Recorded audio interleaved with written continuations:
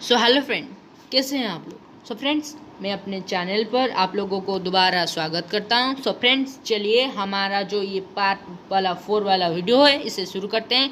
So friends, आज हम इस वीडियो में ऑटोट्रोपिक न्यूट्रिशन के जो फोटोसिंथेसिस है उसके बारे में डिस्क्राइब करेंगे। सो फ्रेंड्स, पहले ये जो इक्वेशन है इसे हम पढ़ लेते हैं। सो फ्रेंड्स, ये इक्वेशन में हमें क्या दिया गया है ये होता है 6CO2 plus 12H2O in the presence of chlorophyll and sunlight give rise to glucose, O2, 6O2 and 6H2O। इसका मतलब क्या होता है? इसका मतलब ये होता है कि जो प्लांट्स होते हैं वो ऑटोट्रोपिक होते हैं, ऑटोट्रोपिक ऑर्गेनिज्म होते हैं जो कि ऑटोट्रोप न्यूट्रिशन को कैरी आउट करते हैं और उन्हें ही फॉलो करते हैं क्योंकि इन्हें ऑटोट्रोप्स बोला जाता है आज they made their own food by themselves. So friends, यहाँ पर क्या होता है देखिए आप लोग, यहाँ पर जो प्लांट्स होते हैं वो क्या करते हैं, जनरली ये जो CO2 होता है दैट इज कार्बन डाइऑक्साइड होता है, इन्हें प्लांट्स एटमॉस्फेयर से ऑब्जर्व करते हैं अपने जो स्टोमेटस के जरिए से। और ये जो होता है वाटर होता है, इन्हें प्लांट्स सॉइल से ऑब्जर्व करते हैं अपने रूट के जरिए से।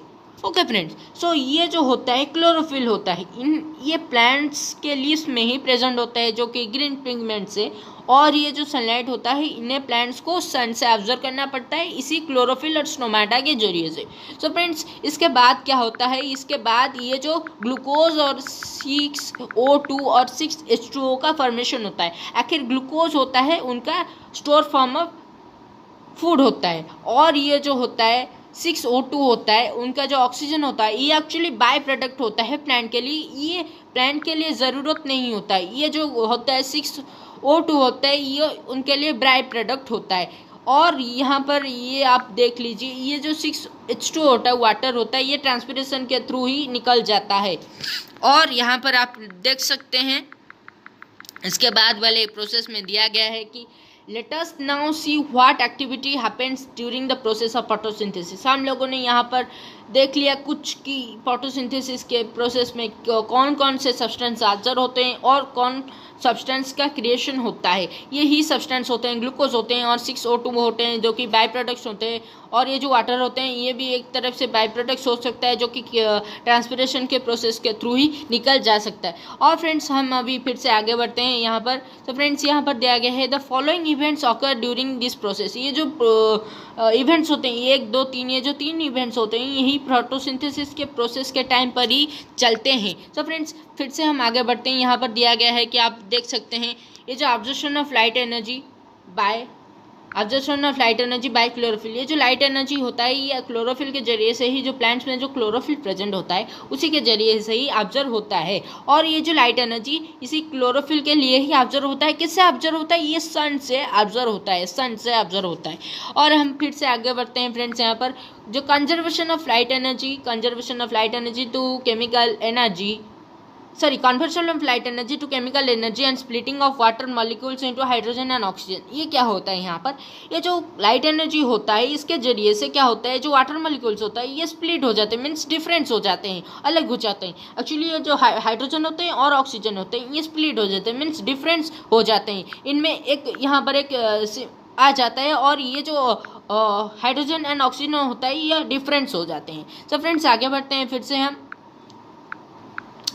The reduction of carbon dioxide and carbohydrates. Third वाले प्रोसेस में क्या होता है, रिडक्शन होता है। कार्बन डाइऑक्साइड जो होता है वो रिड्यूस हो जाता है, किस पर? कार्बोहाइड्रेट्स में रिड्यूस हो जाता है। इसके बाद ये आता है, यहाँ पर ये स्टेप्स आता है, देखिए the steps need not take place one after the another. ये जो ही स्टेप्स होते हैं ये एक के बाद एक इमीडिएट मीन्स स्पीड में नहीं होते हैं, ये धीरे धीरे से ही बनते हैं। और यहाँ पर एक एग्जाम्पल दिया गया डेजर्ट प्लांट का, देखिए for example desert plants take off carbon dioxide at night and prepare an intermediate which is acted upon by the energy absorbed by the chlorophyll during the day। ये क्या होता है, plants जो होते हैं desert plant होते हैं वो रात में कार्बन डाइऑक्साइड को लेते हैं, एट नाइट में लेते हैं एंड एक इंटरमीडिएट मीन्स एक मीडियम करते हैं, प्रिपेयर करते हैं जो कि एक्ट करता है किसके ऊपर, acted upon by the energy absorbed by the chlorophyll during the day. ये जो जो दिन के समय पर जो क्लोरोफिल के जरिए से जो एनर्जी ऑब्जर्व होता है और जो नाइट के समय पर जो कार्बन डाइऑक्साइड ऑब्जर्व होता है प्लांट जो ऑब्जर्व करते हैं, यहाँ पर देखिए आप फ्रेंड्स, ये जो होते हैं जो डेजर्ट प्लांट होते हैं वो क्या करते हैं, नाइट में कार्बन डाइऑक्साइड को ऑब्जर्व करते हैं और दिन में ये जो क्लोरोफिल के जरिए से सन से एनर्जी को ऑब्जर्व करते हैं। ये क्या होता है, ये जो डेजर्ट प्लांट्स एक इंटरमीडिएट फॉर्म करते हैं उनके बीच, जो कि होता है ये जो रात में ऑब्जर्व की गई कार्बन डाइऑक्साइड रिएक्ट करता है किसके साथ, जो ड्यूरिंग डे टाइम के एनर्जी के साथ intermediate which is acted upon by the energy observe by the chlorophyll. यही एनर्जी के साथ क्या करता है, रिएक्ट करता है और एक्ट करता है और एक फॉर्मेशन होता है उनके ग्लूकोज और फूड का फॉर्मेशन होता है। और इसके बाद क्या है फ्रेंड्स, यहाँ पर देखिए आप, लेटस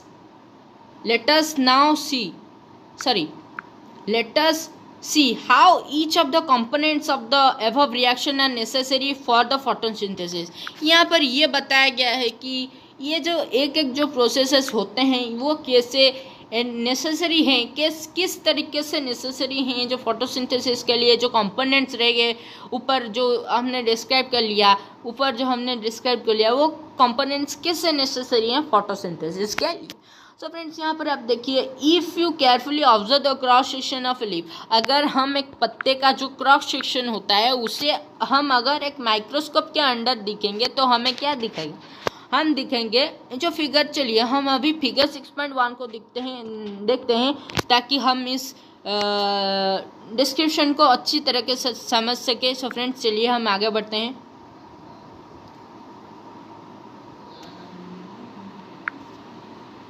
देखिए यहाँ पर दिया गया है, ये जो होता है ये होता है प्लांट्स का मिड रिब होता है। तो फ्रेंड्स यहाँ पर देखिए, ये प्लांट्स का क्या होता है, यही वाला पार्ट होता है मिड रिब। हमारा जैसे जो बैकबोन होता है ये प्लांट्स का लीव्स का एक मिड रिब होता है, जो कि हर एक ट्रांसपोर्टेशन पार्ट हो, सिस्टम हो और अदर नेसेसरी प्रोसेस हो उन्हें कैरी आउट करता है। और ये वेन का ही ऐसा काम होता है जो कि फूड को लीफ के जरिए लीफ को ट्रांसपोर्ट करता है और वहाँ से लाता है। यही होता है इनका काम, जो होते हैं ये सब होते हैं लिप्स में प्रेजेंट होते हैं, इनका ही काम होता है। यहाँ पर देखिए, इस एक लिप का पार्ट को यहाँ पर बहुत ही मैग्नीफाई करके यहाँ पर समझाया गया है। यहाँ पर आप देखिए ये क्या होता है, एक वैक्सी लाइक क्यूटिकल होता है, ये एक वैक्सी पार्ट होता है जो कि बहुत ही मतलब जैसे वैक्स होता है ना वैसे ही होता है, ये सही होता ही है। और यहाँ पर आप देख सकते हैं फिर से ये वाला पार्ट, ये आउटर, इसे अपर एपिडर्मिस बोला जाता है। और ये होते हैं क्लोरोप्लास्ट, इसे क्लोरोप्लास्ट बोले जाते हैं। और आप यहाँ पर आप देख सकते हैं ये जो स्पेसेस है, ये जो स्पेसेस प्रेजेंट होते हैं इन्हें एयर स्पेसेस बोले जाते हैं। फ्रेंड्स इसे ध्यान से सुनिए और इसे याद रखने के लिए कोशिश कीजिए। तो फ्रेंड्स हम फिर से आगे बढ़ते हैं। यहाँ पर ये बताया गया कि ये जो सेल्स ये जो पार्ट्स होते हैं यही गार्ड सेल्स होते हैं। सो फ्रेंड्स मैं बता देता हूँ गार्ड सेल्स आखिर कैसे दिखते हैं। यहाँ पर देखिए इस फिगर में बता देता हूँ आगे चलकर। यहाँ पर देखिए फ्रेंड्स, यहाँ पर दिया था, इसमें है कि नहीं, एक्चुअली ये देखिए ये होते हैं गार्ड सेल्स, यही होते हैं गार्ड सेल्स। गार्ड सेल्स कुछ इस तरह से दिखने को होते हैं। एक्चुअली ये गार्ड सेल्स होते हैं, यही प्रोटेक्ट करते हैं। और ये स्टोमाटल, यही पार्ट होता है स्टोमाटल पोर्स। मैं दिखा देता हूँ आप लोगों को, यही पार्ट को स्टोमाटल पोर बोला जाता है। और ये जो पार्ट्स होते हैं ये होते हैं गार्ड सेल्स, समझ गए आप, यही गार्ड सेल्स होते हैं। और ये जो ग्रीन पार्ट्स होते हैं इन्हें बोला जाता है क्लोरोप्लास्ट। ये और होता है स्टोमाटा, ये स्टोमाटा होता है। एक्चुअली ये एक ओपन होता है। ये पर देखिए ये जो फिगर नंबर ए है, ये जो फिगर है ये है ओपन वाला फिगर है। और यहाँ पर आप देख सकते हैं ये जो फिगर नंबर बी है, सॉरी ये जो फिगर नंबर बी है ये एक्चुअली है ये क्लोज वाला स्टोमाटल पोर है। और ये क्लोज स्टोमाटा के गार्ड सेल्स देख सकते हैं आप। ये जो गार्ड सेल्स है ये क्लोज्ड है। एक्चुअली ये जो फिगर नंबर बी है ये एक्चुअली क्लोज गार्ड सेल्स हैं। यहाँ पर आप देखिए ये जो क्लोज्ड स्टोमाटल पोर ये एक्चुअली क्लोज्ड है, ये है क्लोज्ड और ये है ओपन्ड। ये ओपन है, ये खुला है और ये क्लोज्ड है। एक्चुअली रात के टाइम में जो स्टोमाटल गार्ड सेल्स होते हैं ये बंद ही हो जाते हैं और ये दिन के टाइम ही खोले रहते हैं। और क्या होते हैं ये, इनका जब कोई नेसेसरी नहीं होता है और अगर कुछ अननेसेसरी सब्सटेंसेस अपने लिप्स के अंदर आ सकने का जो चांसेस होता है उसके समय भी ये जो गार्ड सेल्स होते हैं वो खुद को बंद कर लिए लेते हैं ताकि वो प्लांट्स प्रोटेक्ट हो सकें। सो फ्रेंड्स चलिए हमें भी आगे बढ़ते हैं। ये फ्रेंड्स यहाँ पर ये बताया गया था कि सॉरी यहाँ पर कुछ बाकी रह गया था, यहाँ पर हम देखते हैं फिर से, ये फिगर कुछ आ नहीं रहा। हाँ सो फ्रेंड्स यहाँ पर हम चलते हैं, अभी देखते हैं हम। यहाँ पर आप देख सकते हैं कि यहाँ पर देखिए ये जो पार्ट होता है ये होता है ऊपर वाला पार्ट होता है जाइलम और फ्लोएम, और ये जो नीचे वाला पार्ट होता है ये वास्कुलर बंडल होता है। सो फ्रेंड्स चलिए फिर से हम आगे बढ़ते हैं। ये जो था ये क्रॉस सेक्शन था, ये लीफ का एक क्रॉस सेक्शन था जो कि हमने समझा दिया आपको। अभी हम आगे चलते हैं फिर से। यहाँ पर देखिए this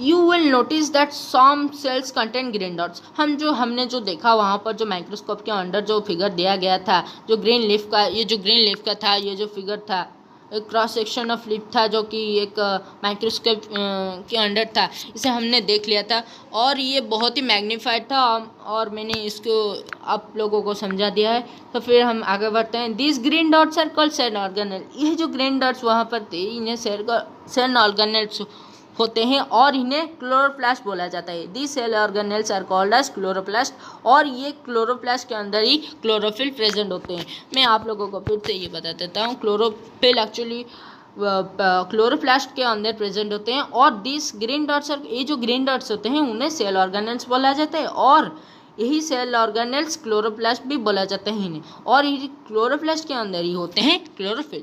so let us do an activity. इस एक्टिविटी को आप लोग घर में पढ़ सकते हैं, मैं इसे डिस्क्राइब नहीं करना चाहता हूँ। सो फ्रेंड्स चलिए हम अभी आगे बढ़ते हैं। यहाँ पर देखिए now let us study how the plant obtains carbon dioxide.